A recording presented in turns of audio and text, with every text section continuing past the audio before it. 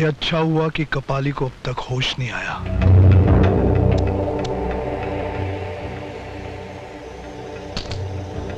जब तक उसे मौत नहीं आती, उसके होश में आने का चांस बाकी है। शैनी, आखिर तुम कहना क्या चाहती हो? आज इस शहर में एक खास प्रोग्राम है। फिलहाल तो तुम इसे देखो।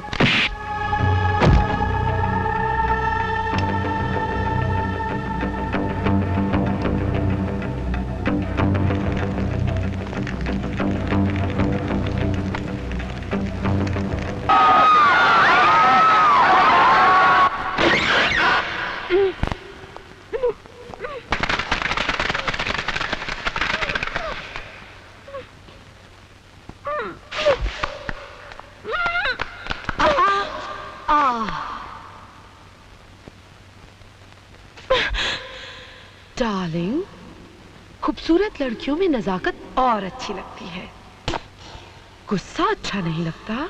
तुम कौन हो? Baby doll. हम खूबसूरत लड़कियों की नंगी तस्वीरें खींचते हैं, मतलब ब्लू फिल्म बनाते हैं। कपड़े उतारो और बिस्तर पर लेट जाओ। नहीं, अगर तुम प्यार से मान जाओ तो ठीक है। हम मुर्दों पर कफन डालने में जितना टाइम लगाते हैं, उससे भी कम टाइम में इज्जतदारों के जिस्म से कपड़े उतारते हैं, समझे? भगवान के लिए मुझे छोड़ दो। स्टार्ट।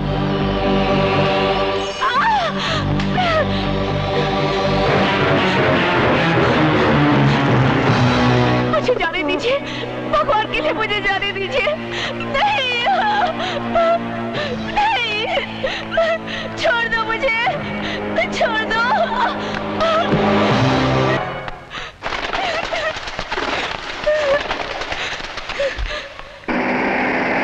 रुक जाइए, रुक जाइए। कुछ लोग जबरदस्ती मुझे स्टेज से उठा कर ले गए। वो लोग ब्लू फिल्म बनाते हैं। मेरे साथ भी बदतमीजी करने की कोशिश की। मैं किसी तरह वहां से भाग निकली। प्लीज चलिए मेरे साथ, वो लोग सामने वाले स्टेडियम में हैं। चलिए। आइए, आइए इंस्पेक्टर साहब, यही है वो जगह जहां वो बदमाश मुझे लेकर आया था, उसी दरवाजे से। और यहाँ गुंडे खड़े थे, और वहाँ कैमरामैन था, और यहाँ कालीन बिछाया गया था। मगर अब तो यहाँ कोई नहीं है। पता नहीं कहाँ चले गए सब। मैं सच कह रही हूँ इंस्पेक्टर साहब, यहाँ कैमरा था, गुंडे थे। आप मेरी बात का यकीन कीजिए। मैं उड़ते हुए कबूतरों के पर गिन लेता हूँ। सुनिए तो, आप ऐसे मत चले जाइए। देखिए, आप मेरा यकीन कीजिए। मैंने आपसे जो कुछ भी कहा वो सच है। मैं आपसे झूठ नहीं बोल। अपनी रातें सड़कों पर ही काटती हो या तुम्हारा कोई घर भी है? हाँ सर, मेरा अपना घर है। आप मुझे मेरे घर तक छोड़ देंगे? Thank you.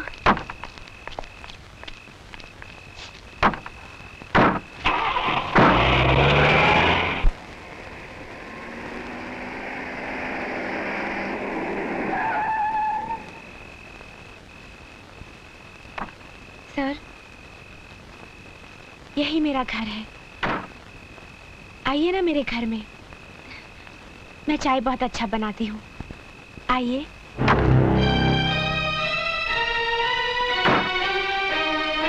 रात के सन्नाटे में अकेले मिलना, बदन पर इस तरह के तंग कपड़े, झूठे ड्रामे के सहारे किसी को अपने घर तक ले आना, और रात के 2 बजे घर के अंदर चलने की दावत देना। बोलो, अपने आप को कितने में बेचती हो? जी?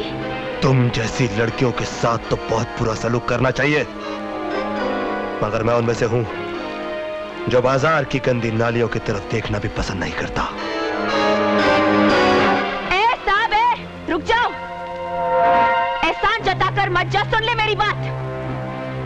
तुमको देखकर एक चीज तो समझ में आ गई कि हर वो चीज जो चमकती है वो सोना नहीं होती। अब मुझे देखकर एक चीज तुम भी समझ लो।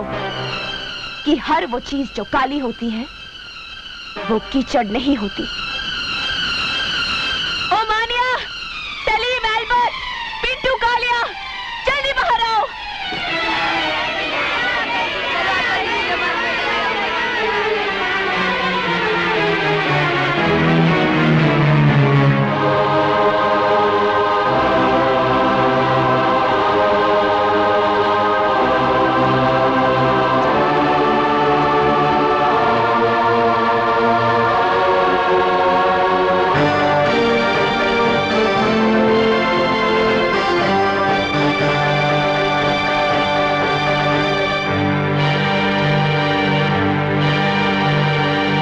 अनाथ और अपाहिज बच्चे हैं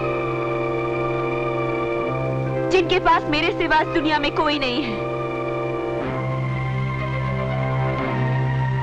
इन्हीं के लिए स्टेज शोज करती हूं मैं।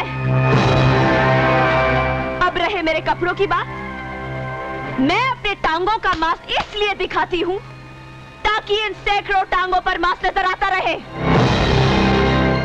बोलो, अब कैसे लगती हूं मैं? बाजारू औरत तो नफरत करो मुझसे, गंदी नाली तो थूको मुझ पर, समाज का कैंसर तो फांसी लटका दो मुझे।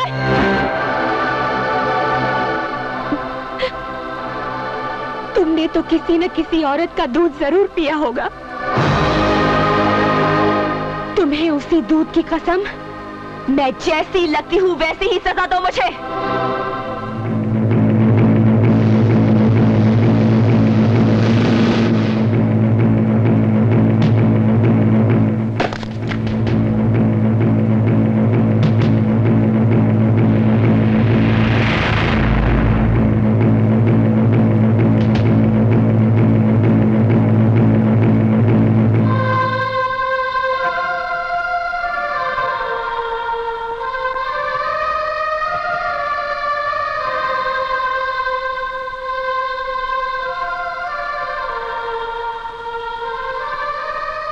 मैं पवित्र गीता को पहले इसी तरह माथे से लगाता हूं, फिर होठों से इज्जत देता हूं। लेकिन मैं, तुम में भी एक महाभारत है, तुम्हारे हर शब्द में क्रांति है।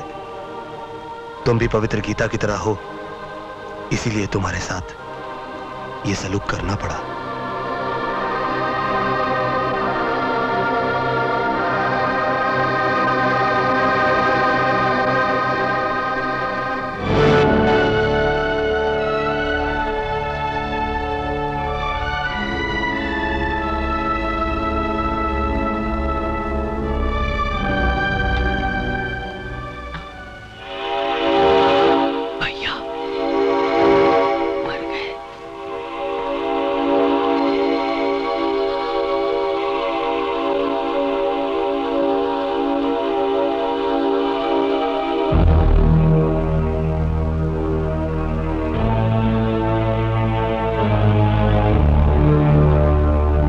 नंदो,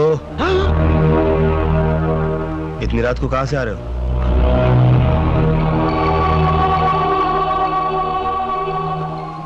एक काम था, मैं काम कर रहा था भैया। देशभक्ति पर एक फिल्म बन रही है, मैं उसी की शूटिंग कर रहा था। ये तो अच्छी बात है, फिर इतना चोरी चोरी क्यों जा रहा था? वो बहुत रात हो गई थी ना भैया, इसलिए। देख, मेरी दो बातें याद रखना।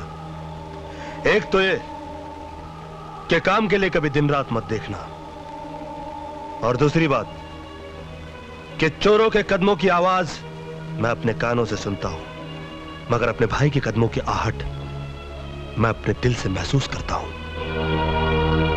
इसलिए एक बार मुझसे चोर बच सकता है, मगर मेरा भाई नहीं। चल जा, जाके सो जा।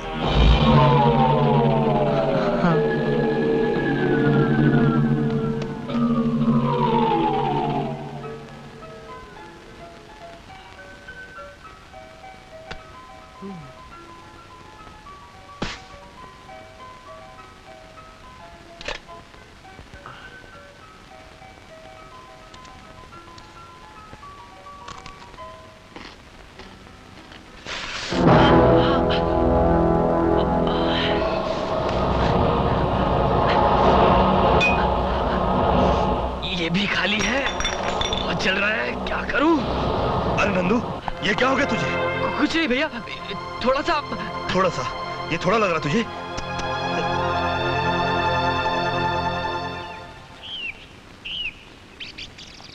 चल पहले पुलिस स्टेशन चलते हैं, उसके बाद घर जाएंगे। Police station? अरे नहीं भैया, आप ही जाओ ना। अरे तू तो एक आम आदमी की तरह पुलिस स्टेशन के नाम से घबराता है। तेरा भाई इंस्पेक्टर है। Now come on. अच्छा हुआ अपनी जीप से वो ऑटो रिक्शा वाला टकरा गया। फायदा अपना हुआ ना, उस रिक्शा वाले का पूरा रिक्शा डैमेज हो गया। अपनी जीप की तो सिर्फ कांच ही निकली है। अपना माल बनाते जाओ, कोई देखने वाला नहीं है। सब साले ऑफिसर यहाँ माल कमाने के चक्कर में हैं। अपन क्यों नहीं कमाए? कोई ना देवे उसको दो डालने का।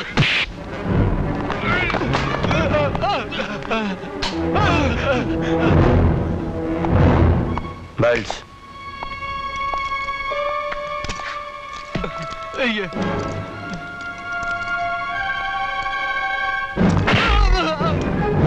धुलाई उन्हीं कपड़ों की होती है जिन पर मैल लगा हो, समझे?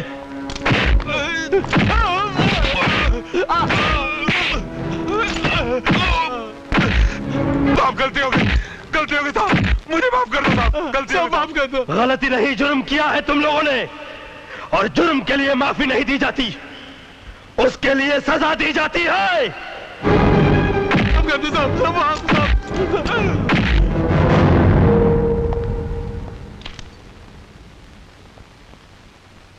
नंदू कहां चला गया? ओह, कॉलेज चला गया हुआ। ये 11 बज गया, अभी तक सब इंस्पेक्टर वर्धन क्यों नहीं आए? सर वो हमेशा लेट ही आते हैं।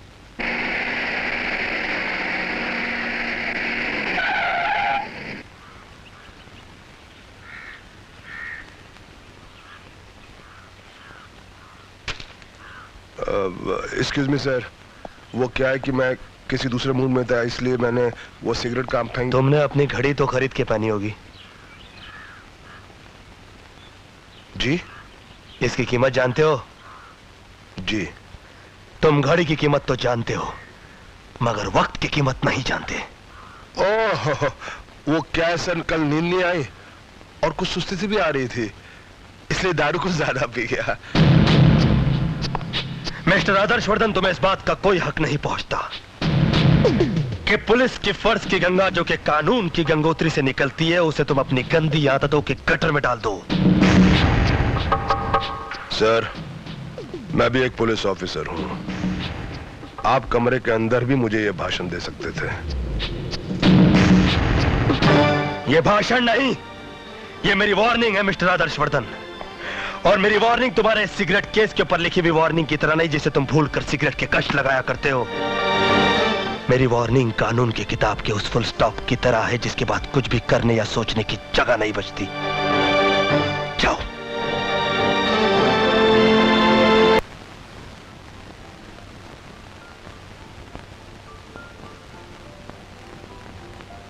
पूजा, तुमने गुंडों को पहचान लिया है। तुम्हें अपने रास्ते से हटाने के लिए वो तुम पर जानलेवा हमला भी कर सकते हैं, इसलिए अब तुम्हारे अपने घर में रहना ठीक नहीं।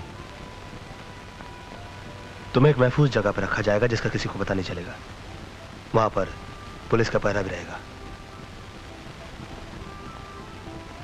तो आप मुझे छुपा देना चाहते हैं? हाँ, हर कीमती चीज छुपा के रखी जाती है। अब रहे बच्चे, तो मेरे पिताजी के एक गुरुजी हैं जिनका आश्रम चलता है। मैं गुरुजी से विनती करूंगा कि बच्चों को अपने शरण में ले लें।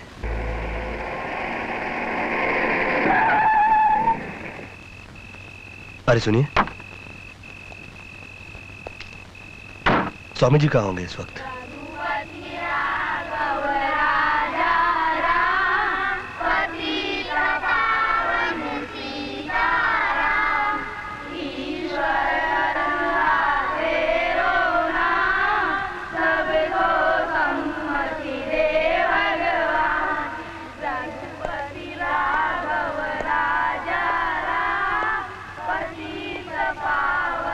प्रणाम स्वामी जी। सुखी रहो।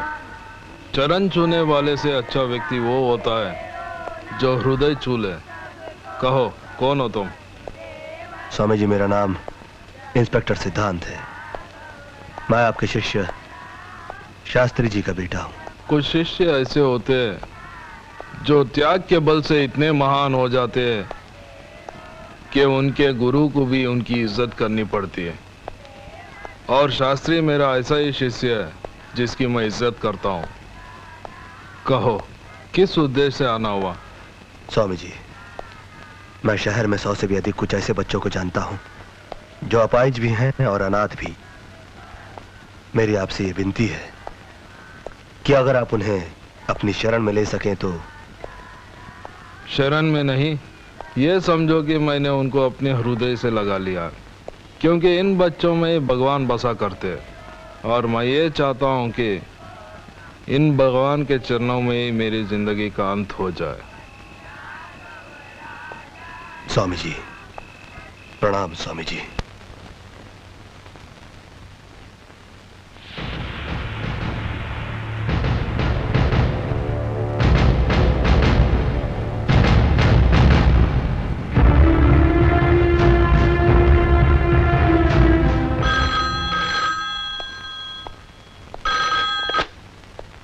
सर, कपाली की हालत सुधर रही है, धीरे धीरे उसे होश आ रहा है और मैं समझता हूं कि कुछ ही देर में वो बयान देने काबिल हो जाएगा। हेलो हेलो इंस्पेक्टर, हेलो, देखिए बहुत अर्जेंट मैसेज है जो इंस्पेक्टर सिद्धांत को देना है। हेलो, अरे किसने फोन उठाया ये? हेलो, बोलते क्यों नहीं? Hello hello.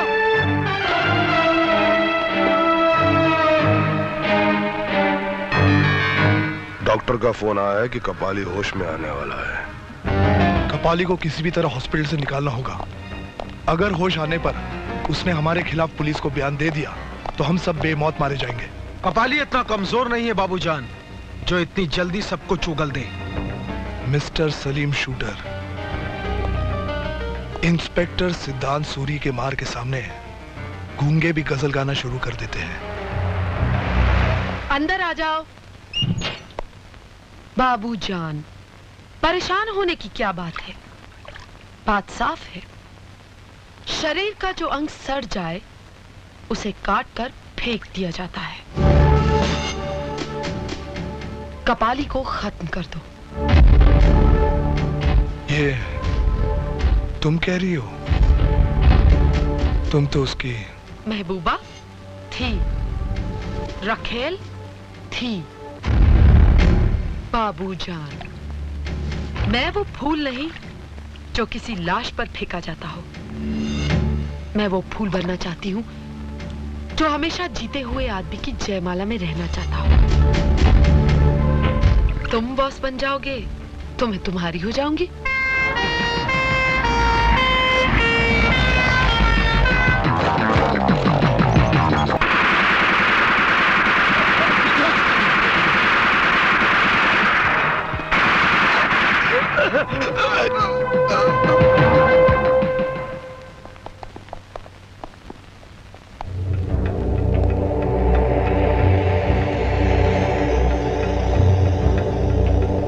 आज आपका जन्मदिन था।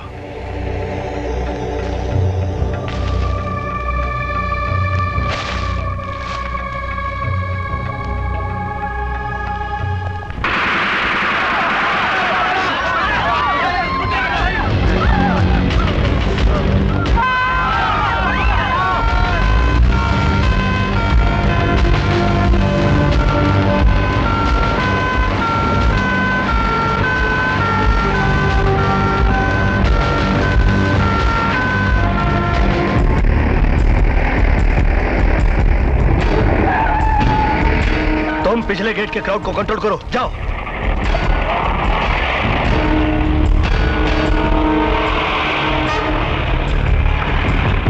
जाओ जल्दी से लाश का पंचनामा करो।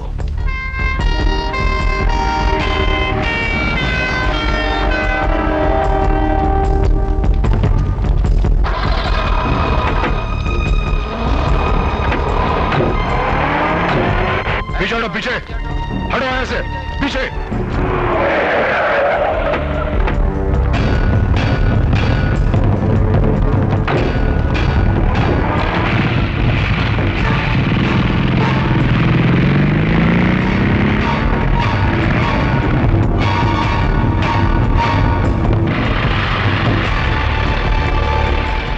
पीछे पीछे हटाओ।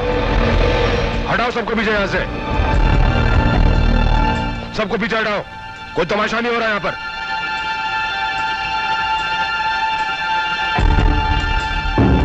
हमें कपाली की लाश भी चाहिए। हाँ, तुम तो उसकी असली वारिस हो, तुम्हें तो लाश मिली जाएगी।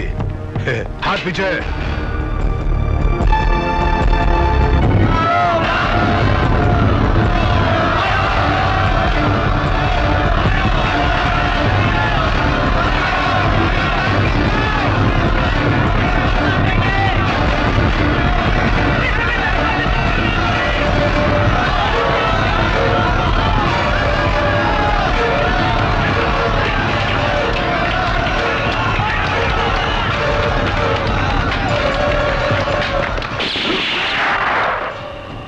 कानून अपने हाथ में मत लीजिए। अरे कानून को तो तुम लोग अपने हाथ में लेते हो। हाँ, तुम लोग। हाँ, हम कानून अपने हाथ में लेते हैं, लेकिन उसी इज्जत के साथ जिस तरह कोई गीता या कुरान अपने हाथ में लेता हो। मगर आप लोगों ने एक गुंडे के लिए पत्थर और डंडे अपने हाथों में उठा लिए हैं। भूल गए कि कपाली ने कई निर्दोषों की जान ली, भूल गए कि कईयों की इज्जत लूटी उसने। कुछ भी था, वो हमारी जात वाला था।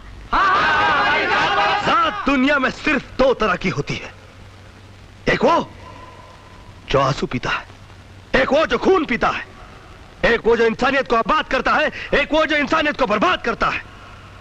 कपाली जैसे समाज का कोड अगर आपकी जात का हुआ तो क्या आप उसे गले लगा लेंगे? एक वक्त हुआ करता था जब हमारा समाज उसे अपना हीरो बनाता था, जो इंसान त्याग और बलिदान की मूर्त हुआ करता था।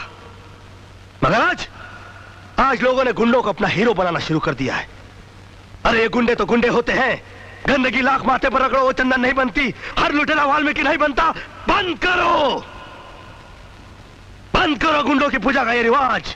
और अगर ये रिवाज बंद नहीं हुआ तो वो दिन दूर नहीं जब इस देश की कोख से सिर्फ गुंडों की नस्लें पैदा होंगी, और उसका सबसे भारी नुकसान तुम जैसे लोगों को होगा, तुम जैसे लोगों को। भाषण बंद करो, हमें कबाली का कातिल चाहिए, कातिल। अबे हट, अबे हट, हट। मुझे कौन सा भाषण देकर तुझ जैसे नामर्द का वोट लेना है? Get out from here. Gate तोड़ दो और चलो आगे।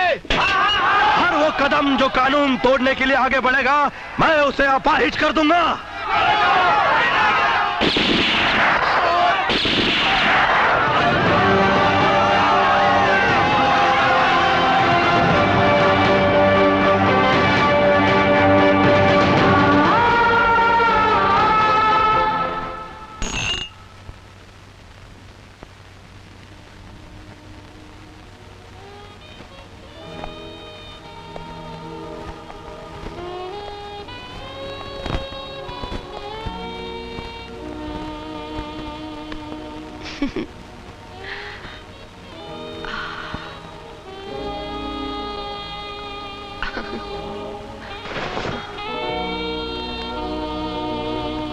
तुम्हारा जन्मदिन कब है?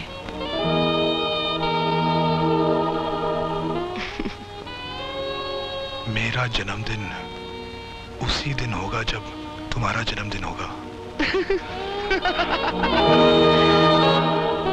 कपाली को सबसे पहले होश में आते मैंने देखा था, और सबसे पहले मैंने ही आपको फोन किया। इम्पॉसिबल। अगर आपने मुझे सबसे पहले फोन किया होता तो कातिल के पहुंचने से पहले इंस्पेक्टर सिद्धांत यहाँ होता। आप मेरी बात के यकीन कीजिए कि मैंने आपके थाने फोन किया था और किसी आदमी ने फोन उठाया था। मैंने कपाली के बारे में सारी बातें उसे बता दी थी ताकि आपको खबर दे सके। कौन था वो? मैंने उससे बार बार पूछा कौन हो तुम, कौन हो तुम। उसे जवाब तो नहीं दिया लेकिन फोन काट दिया।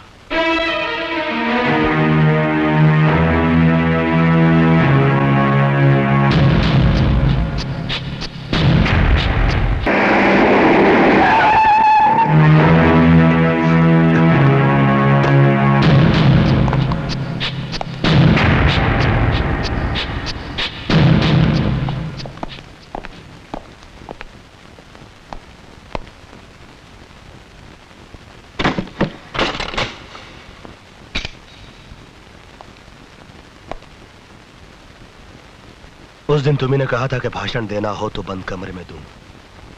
आखिर तुम भी एक पुलिस ऑफिसर हो, इसीलिए दरवाजा बंद कर दिया। बताओ, कल जब डॉक्टर का फोन आया तुमने मुझे खबर क्यों नहीं की? मैंने फोन नहीं उठाया। झूठ बोलते हो तुम। तुमने कपाली का मर्डर कैसे करवाया? मैंने कुछ नहीं कहा, झूठ है ये सब। झूठ वो है जो तुम बोल रहे हो। सबसे पहले तुम्ही को खबर मिली थी कि कपाली होश में आने वाला है और तुमने ये खबर गुंडों को पहुंचा दी। इसलिए पुलिस पहुंचने से पहले गुंडे वहां पहुंच गए और उन्होंने कपाली को मार डाला। पता नहीं अंदर क्या हो रहा, कुछ खास बात हो रही होगी यार। तेरे को क्या, तू चुप कर खाली।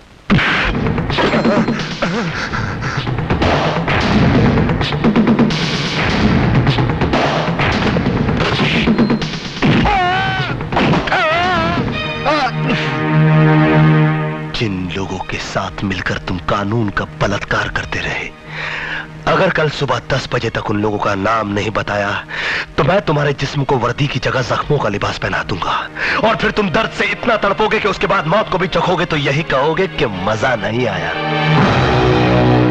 सर अर्जेंट कैसे सर?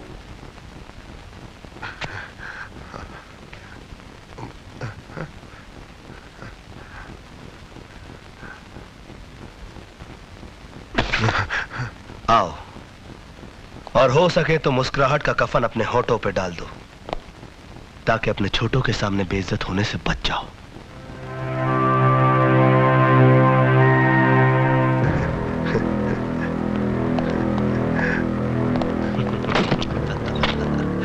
मजा आ गया ना?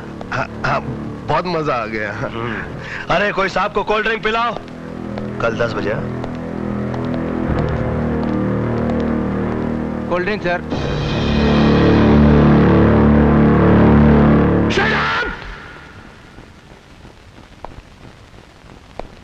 पिताजी, जब आप पुलिस डिपार्टमेंट में डीएसपी थे, उस वक्त सिद्धांत के पिता शास्त्री जी मंत्री थे। उन्होंने आप पे आरोप लगाया था कि आप एक ईमानदार ऑफिसर नहीं, आप करप्ट हैं, आप रिश्वत लेते हैं। वो आपको नौकरी से निकाल देना चाहते थे, लेकिन उससे पहले ही बदनामी के डर से आपने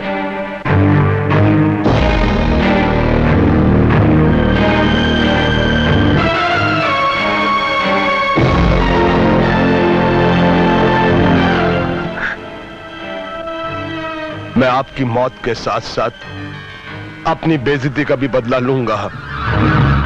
मैं नफरत के मोरों से दुश्मनी का शतरंज उसी की बिसात पे खेलूंगा और ऐसी मात दूंगा कि मौत भी रो पड़ेगी पिताजी।